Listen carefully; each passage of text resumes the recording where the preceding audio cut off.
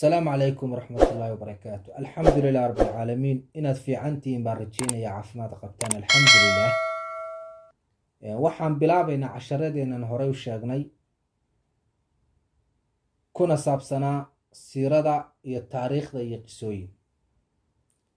waxaynu horey u sheegnay inaynu wax walba ugu horeysiinayno xaasaskii iyo dumarkii nabigeena salawaatu rabbi wasalaamu caleyh. casharkeenan maanta wuxuu ku saabsan yahay laba qodob. qodobka koobaad, horta imisa gabdhood ama imisa dumara ayuu nebigu guursaday salawaatu rabbi wasalaamu caleyh. qodobka labaad, maxay inaga mudan yihiin xaasaska rasuulku salawaatu rabbi wasalaamu caleyh. inta dumara nebigu guursaday tiradooda culammada muslimiintu way isku maandhaafeen. qolyo culammada ka mida waxay dhaheen waa 11 dumara. qolyo kale culammada ka mida waxay dhaheen waa 12 dumara. qolyo kale culammada ka mida waxay dhaheen waa 14 dumara. saddexdaa qowl baan kasoo qaadanaynaa. aqwaasha kale qolyaha odhanaya 30 bay isku gaadhayeen, 20 bay gaadhayeen, 18 bay gaadhayeen. kuwaa dhag jala kusiimayno. sababtu waa maxay? waa aqwaal munkara ah. laakiin saddexda qowl la odhan karo waa macquul, waa saddexdan qowl. dhammaan culammada muslimiintu waxay isku waafaqsan yihiin guud ahaantood inuu nebigu guursaday 11 dumar ah. xaasaska rasuulka marka la odhanayana waxaa loola jeedaa waa 11 dumar ah. qayb culammada ka mid a 12 ka dhigay. qaybta 12 ka dhigay xaggay midhka 12aad ka keeneen. waxaa jirtay gabadh la odhan jiray riixaana bintu sayd annadariya. riixaana bintu sayd annadariya, gabadhaasi gabadh addoon ay ahayd. nebigay markaa addoon u ahayd, addoommadii nebigay ka mid ahayd. marka culummadu waxay isku waafaqsan yihiin gabadha nebigu miyuu guursaday oo xaasaskiisii ka mid ahayd oo ma 12 bay noqonaysaa, mise waxay ahayd addoon ka mid a addoommadii nebiga salawaatu rabbi wasalaamu caleyh.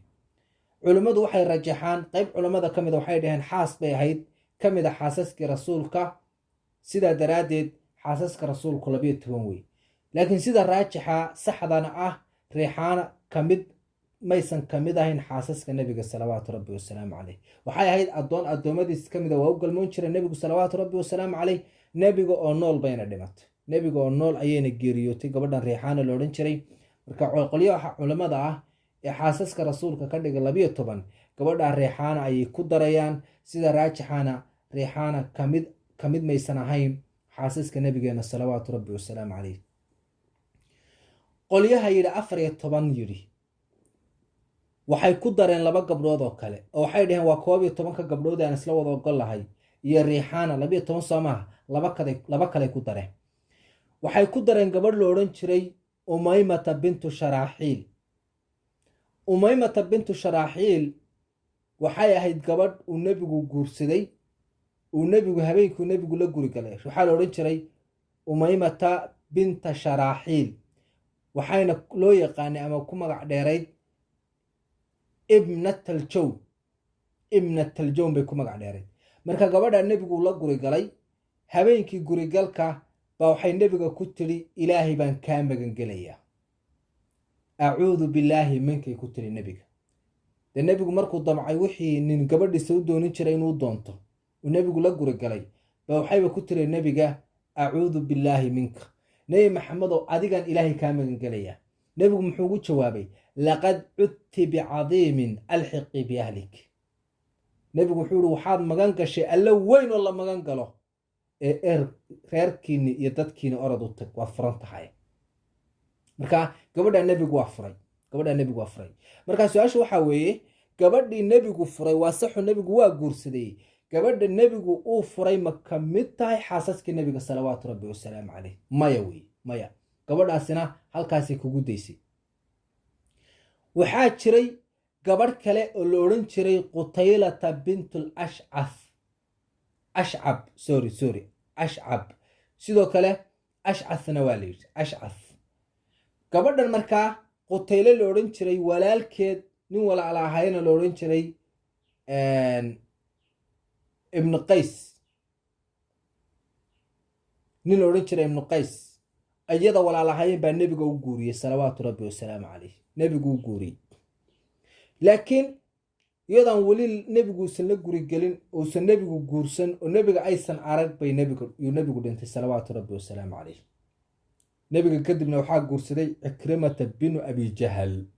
cikrima bin abi jahl baa guursaday marka gabadhan qutayla bintu ashcaf ee walaalkeed qays uu nebiga u guuriyey nebigu isagoosan gabadhan weli arag bal magaaladaba ka maqan baa la dhahaa buu nebiga tii alla u timida nebigu u geeriyooday sidaa daraaddeed gabadhaasina saasay nebiga ay kala ahaayeen markaa saddexdan gabdhood ee aynu sheegnay gabadhan reexaana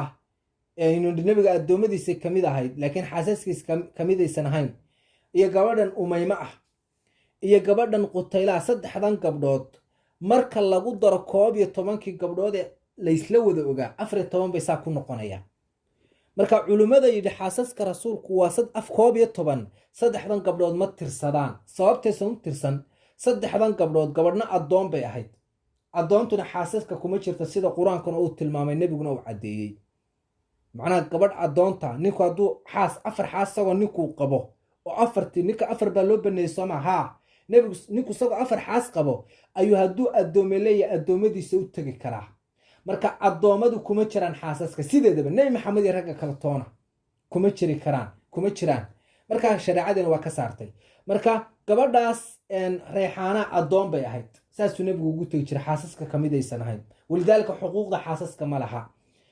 gabadha umayma la dhahana nebigu ma aragyadana bal nebigu waa furay haddii la furana dee xaasaska kuma jirto gabadha qutayla la dhahana qutayla bintu ashcafna yadana nebigu weliba muu guursana nebiga waa la siiyey nebiga yadkaanis arag uusan nebigu uuna arag ayuu nebigu dhintay tii alla u timid wey walidaalika saddexdan gabdhoodii kuma jiraan xaasaska rasuulka innaguna markaynu ka hadlayna siirada iyo dhaqankiisa dumarkii rasuulka salawaatu rabbi wasalaamu calayh 11 dumarka baynu ka hadlaynaaye saddexdan ka hadlamayno wey saddexdan gabdhood kama hadlayno haddaba nebiga waxaan ka hadlaynaa baan 11 dumarka 11 dumarka baynu gabadh walba goonideeda uga hadlaynaa laakiin intaynan taagelin bal 11 dumarkan xog waxaan ka bixin dumarka ah kow horta nebigeena wuxuu qabay sida haddaba sheegana 11 dumar ah 11 dumarkay nebigu uu qabay laba gabdhood oo ka mid ah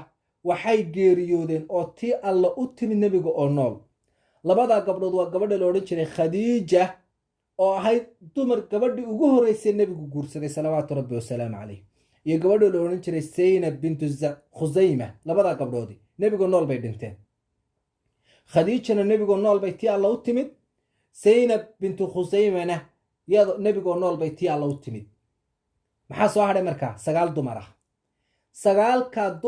ah 9 dumarka oo nool buu nebigu dhintay markaa salawaatu rabbi wasalaamu calayh qaab kalaan kuugu dhigayaa 11 dumarka ay nebigu qabay salawaatu rabbi wasalaamu calayh labana nebigay ka geeri horeeyeen 9 nebigay ka geeri dambeeyeen taa macnaheedu waa maxay laba dumara ayaa tii alla u timid oo geeriyooday nebiga oo nool salawaatu rabbi wasalaamu calayh 9 dumarana iyakoo nool bay tii alla nebiga u timid salawaatu rabbi wasalaamu calayh hadday si wacan lay fahmaan jecela 11 dumarka ay ka mid ah 11 dumarka nebigu qabay salawaatu rabbi wasalaamu ama xaasaska nebiga ahaa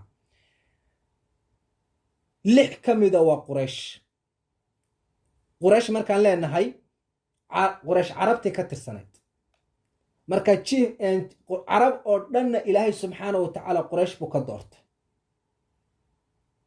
carab oo dhan ilaahay quraysh buu ka doortay suu nebiganu sheegay marka 6 dumara quraysh bay ka tirsanaayeen 6da dumarka quraysha waxaa weeye khadiija sawda caaisha xafsa umu salama iyo umu xabiiba 6da dumarka ay quraysh bay ka tirsanaayeen khadiija sawda caaisha xafsa umu salama iyo xabiiba 6da dumarka 6 gabdhood oo quraysha ayay ahaayeen 4 gabdhoodna carabta kale ahaayeen carabtii kale ayay ahayd 4 gabdhood waayo saynab bintu khusayma saynab bintu jaxshin juwayriya iyo maymuuna